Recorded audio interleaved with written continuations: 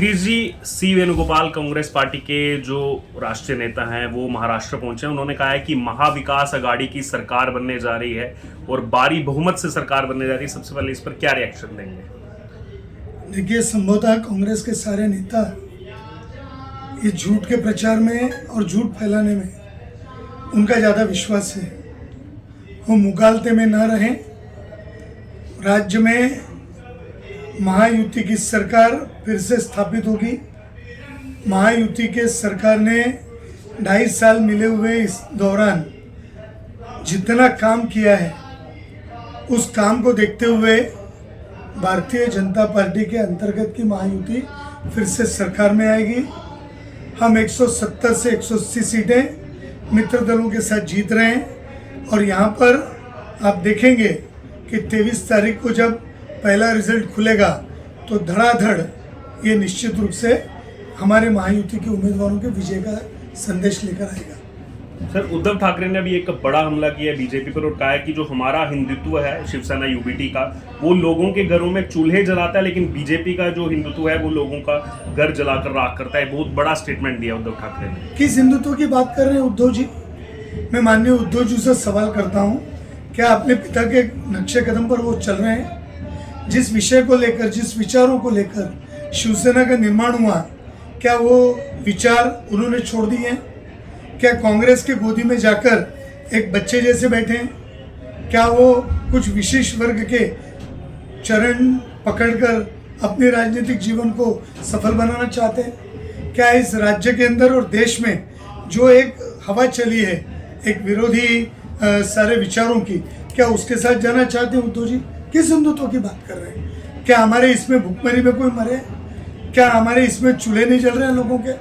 आज सारी योजनाएं अंत्योदय की ये माननीय नरेंद्र जी मोदी ने जो शुरू की है, ये जनसंघ से लेकर भारतीय जनता पार्टी का अपना एजेंडा है और हमारा एजेंडा है अंत्योदय का, हमारा एजेंडा है एकात्म मानव दर्शन का, हमारा एजेंडा है अंतिम छोर के व्यक्ति को विकास की धारा में लाना।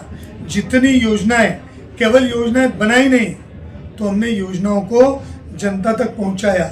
हमने बिचौलिए समाप्त किए, हमने बीच के दलालों को समाप्त किया। जो कांग्रेस के बड़े बड़े लोग बैठे थे उनको समाप्त किया और विकास का एक एक पैसा लोगों तक पहुंचाया। तब तो लोगों का विश्वास है। तीसरी बार केंद्र में सरकार बैठ रही। अभी हरियाणा की स्थिति क्या थी? सारे पंडित, राजनीतिक, सारे आलोचक, जितने विश्लेषक सारे कह रहे थे कांग्रेस की सरकार बनेगी, भाजपा की सरकार नहीं बनेगी। क्या हमने तीसरी बार हमारी सरकार वहाँ नहीं बनाई? किसने बनाई सरकार? कौन वोट देने गया?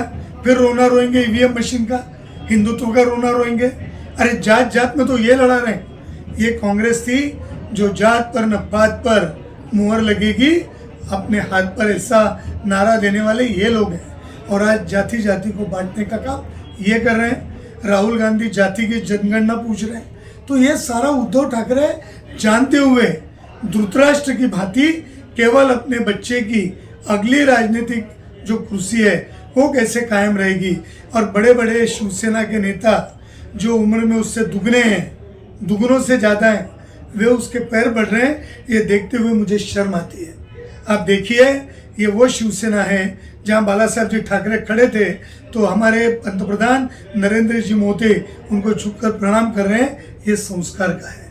और दूसरी तरफ राहुल गांधी को बुके देते हुए, झुककर उनको नमस्कार करते हुए उद्धव ठाकरे किस हिंदुत्व की बात करते हैं? ठाकरे ने अपने आप को ये कांग्रेस के लिए बेच दिया है, विचारों को छोड़ दिया है।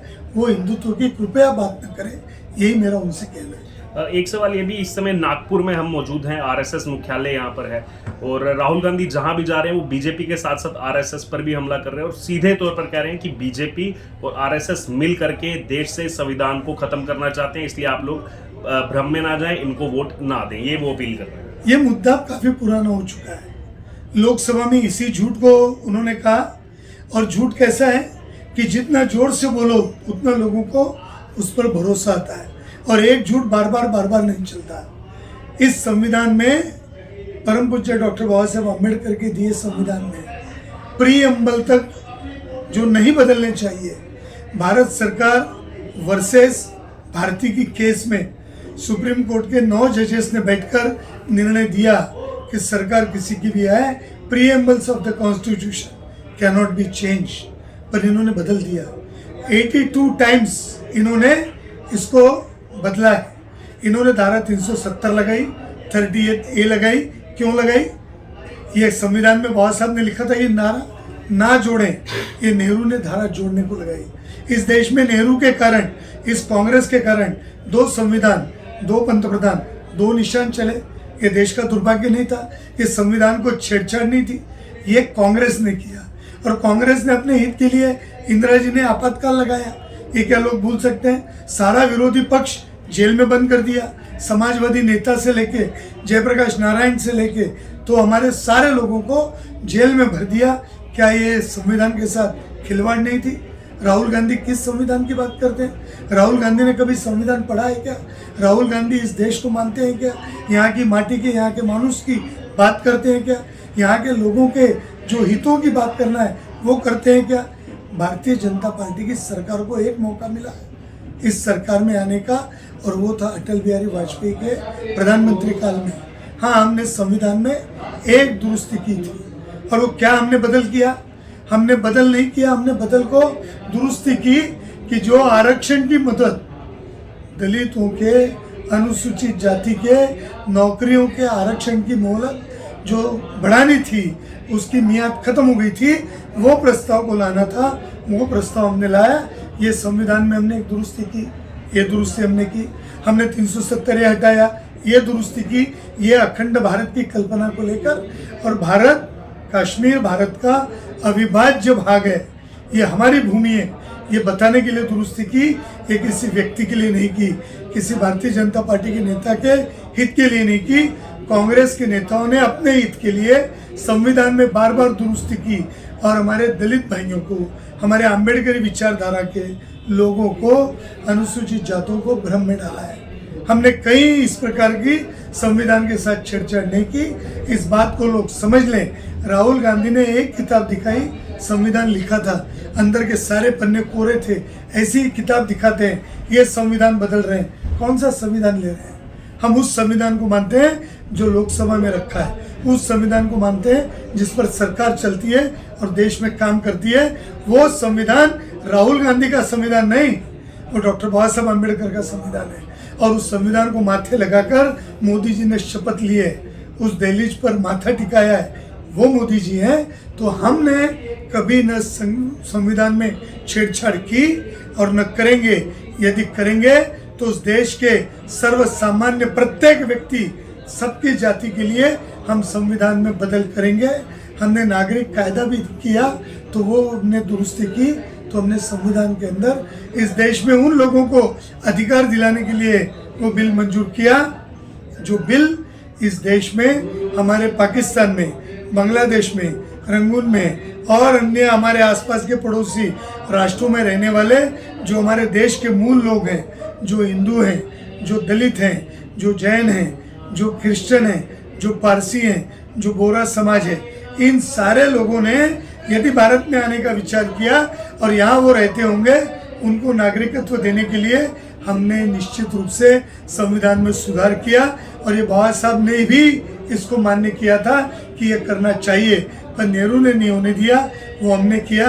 हम अच्छा काम करेंगे, देश के हित में करेंगे। बाबा साहब के संविधान से कभी कोई छेड़छाड़ हम नहीं करेंगे, ये हमारा संकल्प है, ये शपथ है। सर, एक बहुत छोटा सा आखिरी कमेंट, हाल ही में लोकसभा चुनाव हुए थे 4 महीने पहले, उसके मुताबिक देखें अगर उसको हम कन्वर्ट करें रिजल्ट में, तो 155 सीटें महाविकास आघाड़ी की उस हिसाब से विधानसभा के हिसाब से आती हैं। आप भी एमएलसी रहे हैं, क्या लग रहा है ये 3-4 महीने के अंदर क्या इतना बदलाव हो जाएगा जो महायुति बार बार कह रही है कि हम सरकार बनाएंगे? क्या इतना मन बदल गया होगा लोगों को? देखिए, ऐसा है कि सरकार बदलने के बाद इस शिंदे सरकार ने, देवेंद्र जी ने, अजित दादा ने जो निर्णय किए वो साधारण सारे लोगों को भाने वाले निर्णय हैं, जो जनहित में निर्णय किए हैं, जो विकास का एक बड़ा काम किया, उस काम के आधार पर हम निश्चित कह सकते हैं। और लोगों के जो आंखों के सामने एक पर्दा था, विशेष रूप से हमारे अनुसूचित जाति के लोगों को जो भ्रम में डाला गया था, वो सारा विषय अब करीब करीब उनको समझ गया है कि कांग्रेस ने झूठ पसराया, आघाड़ी में झूठ है, हमारा सारा निर्णय हमने जनता के हित में किया और सरकार का 2.5 साल का काम लोगों ने देखा है। महिलाओं के लिए देखा है, महिलाओं की सुरक्षा के लिए देखा है, हमने देखा है कि यहाँ पर किसानों के लिए जो किया है और जो करने वाले हैं, क्योंकि मैनिफेस्टो बोलता है और मैनिफेस्टो के आधार पर हमने काम किए हैं और इस कारण पर हम कह सकते हैं कि वो विषय समाप्त हो गया है, वो धार अब आगे बढ़ गई है। अब निश्चित रूप से महायुति की सरकार बनने जा रही है, सकारात्मकता है लोगों में और लाडली बहन ने तो लोगों को मन को छू लिया है। मैं कह सकता हूँ कि लाडली बहन इसके आधार पर ही मध्य प्रदेश के बाद कांग्रेस ने तेलंगाना में कहा कि हम गृहलक्ष्मी योजना चालू कर रहे हैं, आज तक चालू नहीं की। आज 2 साल उसकी सरकार को वहाँ हो रहे हैं। उन्होंने कर्नाटक में कहा था हम महालक्ष्मी योजना चालू कर रहे हैं, नहीं की और इसके कारण वहाँ के लोगों को भी रोष इस कांग्रेस सरकार के बारे में। हमने कभी नहीं कहा कि हम लाडली योजना लाएंगे, हमने लाई और लाई नहीं तो हमने लोगों को इसका लाभ भी पहुंचाया। हमारी बहनाओं को उनके खाते में सीधे इसका लाभ हुआ है और इससे घबरा कर अब कांग्रेस कह रही है कि हम 3,000 रुपये देंगे। मैं पूछना चाहता हूँ, जब तुम्हारी सरकार ही नहीं आएगी तो तुम कहाँ से दोगे? ये खटाखट बोल के राहुल गांधी ने लोकसभा में वोट तो लिए पर उनको भी मालूम था सरकार नहीं आएगी। इतने होने के बाद भी उनकी सरकार नहीं आएगी, इस राज्य में भी सरकार नहीं आएगी तो वो 3,000 तो दे ही नहीं पाएंगे। उनके पास कोई योजना ही नहीं। उन्होंने पहले हिमाचल में, कर्नाटक में, तेलंगाना में वहाँ की माताओं को, बहनों को ये लाभ देना चाहिए। इसे आपके माध्यम से, आपके द्वारा मैं कांग्रेस को आह्वान करता हूँ, पहले वहाँ शुरू करो, तब उन पर भरोसा होगा।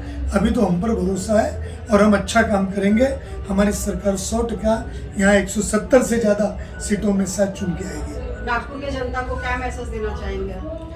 देखिए, निर्भय होकर मतदान करिए, अपने मतों का अच्छा प्रयोग करें, सुबह से लेकर मतदान के लिए निकले, लोगों को समझाएं। भारतीय जनता पार्टी ने जो अपना एक वचननामा, संकल्प पत्र, मैनिफेस्टो दिया उसको पढ़ लें। ये यूट्यूब पर भी अवेलेबल है, गूगल पर भी अवेलेबल है, सारे आपके .com पर ये अवेलेबल है। इसको एक बार पढ़ लेंगे तो हम जो कहते हैं वो करते हैं और जो हम और ज़्यादा करते हैं वो हम कहते नहीं हैं। ये हमारे बारे में विश्वास है। आपने देवेंद्र जी का काम देखा है, आपने कांग्रेस का देखा। पिछले बार उद्धव की सरकार में हमारा जो बजट था नागपुर जिले का, ये 350 करोड़ से जो 800 करोड़ तक पहुंचा है देवेंद्र जी और चंद्रशेखर जी बावनकुले ने, उसको नितिन राउत पालक मंत्री ने पुनः 400 करोड़ पर लाकर रखा। तो ये नागपुर और नागपुर जिले के साथ धोखा किया, हमारे विकास का पैसा रोका, कई पैसा योजनाओं का वापस गया। मैं विधायक था, कोरोना में इन्होंने कुछ काम नहीं किया, इन्होंने कोई जनता के साथ मदद नहीं की। ऊर्जा मंत्री नितिन राउत पालक मंत्री थे, कहा मैं बिजली के बिलों में माफ़ी दूंगा, नहीं दी, आज तक नहीं मिली। हमने आंदोलन किए, हमने केसेस करे, हम पर डाली, पर ये लोगों को राहत नहीं दे सके।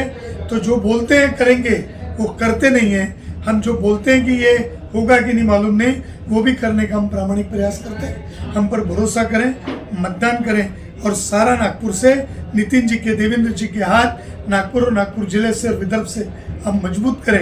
यही हमारा निवेदन आपसे रहेगा।